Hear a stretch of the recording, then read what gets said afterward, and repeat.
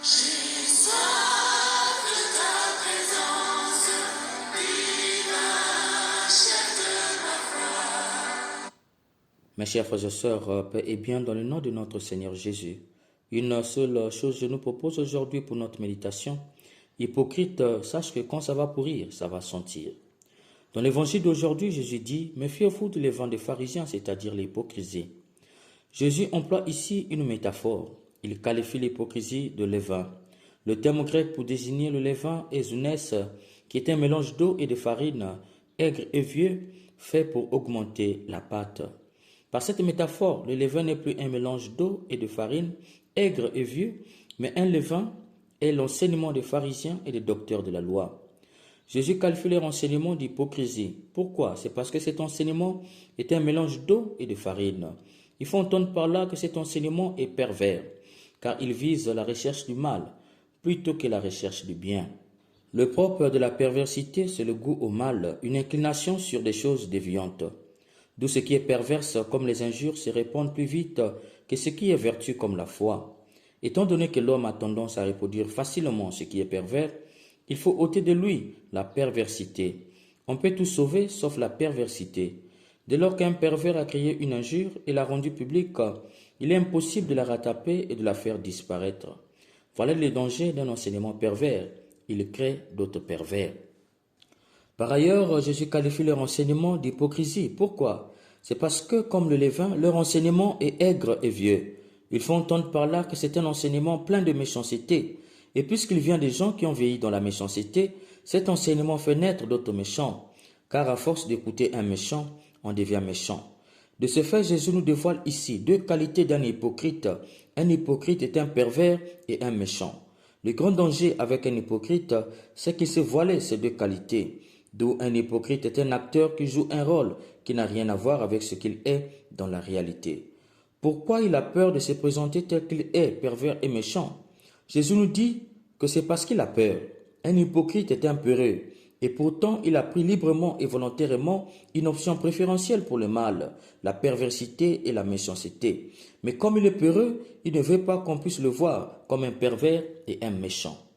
Mes chers frères et sœurs, c'est là que ça devient intéressant. Si l'hypocrite a peur qu'on le voit comme un pervers et un méchant, s'il veut qu'on puisse toujours le voir comme un être bon, droit et juste, c'est parce qu'il est conscient que la perversité et la méchanceté ne sont pas les qualités qu'un être humain doit avoir et en être fier. Pourquoi se mentir à soi-même? C'est comme un diabétique qui est conscient que le sucre n'est pas bon pour lui, mais qui devant les gens dit je ne prends pas le sucre. Mais quand il se retrouve seul, il consomme beaucoup de sucre.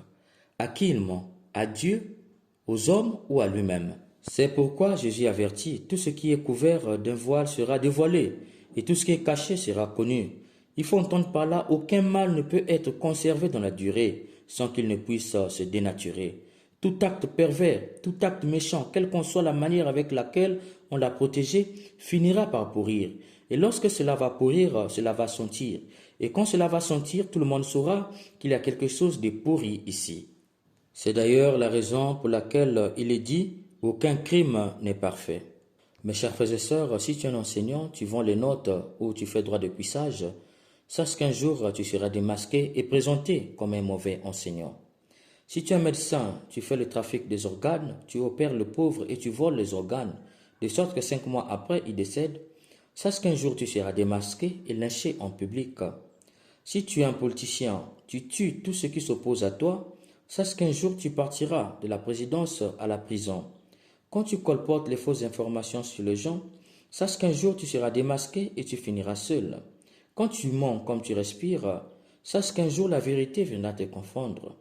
Quand tu fais de l'infidélité ton autre nom, sache qu'un jour la pauvreté et la maladie viendront te révéler que le vrai nom qu'il fallait prendre, c'est la fidélité. Jésus va plus loin, il nous avertit, même si sur cette terre personne n'a su voir ton crime, là-haut il y a Dieu qui voit tout. Si tu as échappé au jugement des hommes, tu n'échapperas pas au jugement de Dieu. Si ici-bas nous n'avons pas pu t'envoyer en prison qui est notre enfer, là-haut tu n'échapperas pas à la prison de Dieu. C'est pourquoi inutile d'être hypocrite, c'est-à-dire de jouer un double jeu. Tout se fera savoir, tout se fera connaître. Mes chers frères et sœurs, quand ça va pourrir, ça va sentir et tout le monde saura. C'est pourquoi Saint Paul nous donne les médicaments pour soigner l'hypocrisie en nous. Agis toujours au nom de ta foi. Pour agir au nom de ta foi, il faut entendre et faire sienne cette parole. Au commencement était la parole. Quelqu'un qui n'a pas encore compris qu'au commencement était la parole, il croit qu'il peut se cacher de Dieu. Qui a pris conscience fait que cette parole soit première dans sa vie, le guide et l'éclaire dans toutes ses démarches. Cette parole, c'est elle qui donne la foi, qui a guidé Abraham dans les biens et Sainte Thérèse à la sainteté, au point de dire que Dieu ne se gagne que par amour. Que la parole de Dieu soit première dans ta vie, cher bien-aimé, afin que l'hypocrisie soit bannie de ta vie, ad maiorem Dei gloriam, pour la gloire de Dieu et le salut du monde. Amen.